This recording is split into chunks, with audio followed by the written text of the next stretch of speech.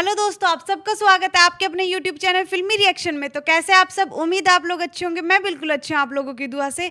तो दोस्तों, आज जिस गाने का मैं रिएक्शन लेके आई हूँ वो मुझे आप लोगों में से ही किसी एक ने सजेस्ट करा है। पहले गाने का नाम बता देती हूँ। गाने का नाम है दिल लगाईबा देवरा से। ओके। और जो सिंगर है उनका नाम है प्रमोद प्रेमी यादव। और जिन्होंने मुझे सजेस्ट करा है उनका नाम है किड्स कार्टून GM2QE। तो मुझे लग रहा है इनके चैनल का नाम है। तो इन्होंने मुझे ये सजेस्ट करा। Thank you so much kids cartoon, आपने मुझे अच्छा गाना सजेस्ट किया है। ऑब्वियसली अच्छा ही होगा। तो जी, अगर आप लोग भी चाहते हो कि मैं आप लोगों का नाम लूँ और आप लोगों की सजेशन पे रिएक्शन लेके आऊँ तो मुझे कमेंट करके ज़रूर बताएं। और ज़रूर मुझे कमेंट करके अपनी सजेशन बताएं ताकि मैं आप लोगों की सजेशन पे भी रिएक्शन लेके आ सकूँ। तो जल्दी जल्दी गाना सुनते हैं, एंजॉय करते हैं, इसके बाद इसके बारे में बात करेंगे। लेकिन अगर उससे पहले आप अपने चैनल को सब्सक्राइब नहीं किया, चैनल को सब्सक्राइब करें और वीडियो को ज़रूर लाइक कर लें।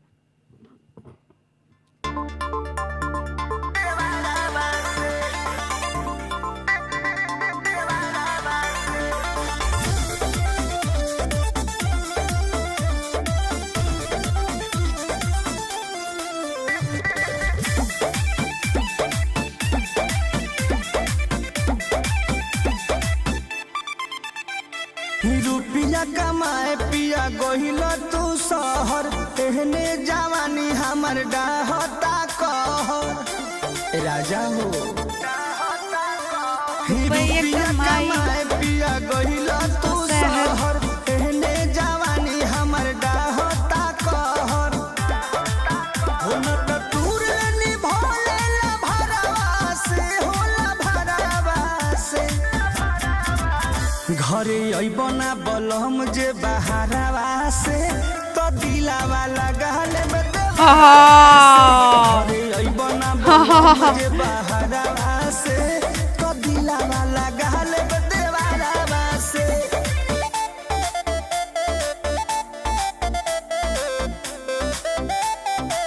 ओह नो,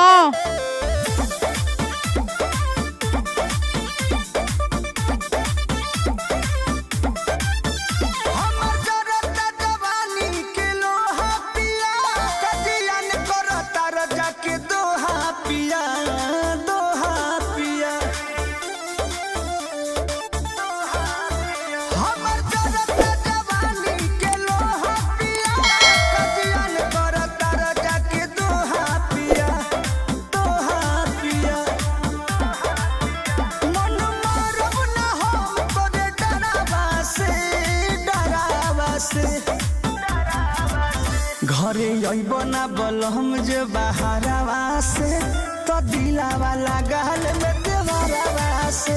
घरे अइबना बलम जे बहारवा से, तो दिलावा लगाल में देवरवा से।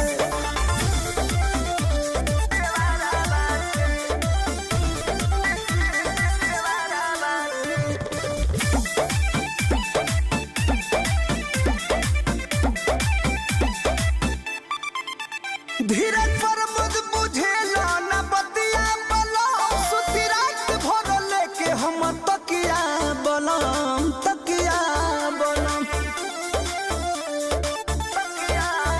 रोज तू मिस बुझेला न बतिया बलम, सुती रात भर लेके हम तकिया बलम, तकिया बलम।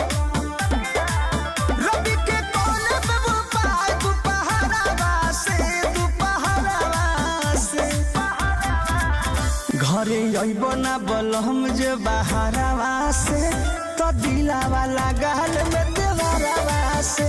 घरे अइबना बलम जे बहारवा से, तो दिलावा लगाल में देवरवा से। आना जा। Oh my God. होला त टूर निभोले ला। तो जी, गाना बहुत अच्छा था लेकिन सिर्फ एंटरटेनिंग पर्पस के लिए ही गाने को देखो। कोई भी गाना होता है ना यार, देखो ये सिंगर हैं, ठीक है, कोई भी एक्टर है, वो लोग हमें एंटरटेन करने के लिए वीडियो बनाएंगे, हमें एंटरटेन करने के लिए म्यूज़िक बनाएंगे, सॉन्ग बनाएंगे। लेकिन ज़रूरी नहीं होता ना कि हमें उसको अपनी ज़िंदगी पे लागू करना है। तो मेरे हिसाब से गाना बहुत अच्छा था, लिरिक्स ठीक थी, अच्छी थी, म्यूज़िक बहुत अच्छा था, सब कुछ अच्छा था, सिंगर बहुत अच्छा, आवाज़ बहुत अच्छी है प्रमोद प्रेमी जी की। लेकिन जो ये लिरिक्स वर्डिंग थे ना कि अपने हस्बैंड को बुलाने के लिए वो धमकी दे रही है कि आ जा नहीं तो मैं अपने देवर के साथ रिलेशन बना लूँगी कुछ भी।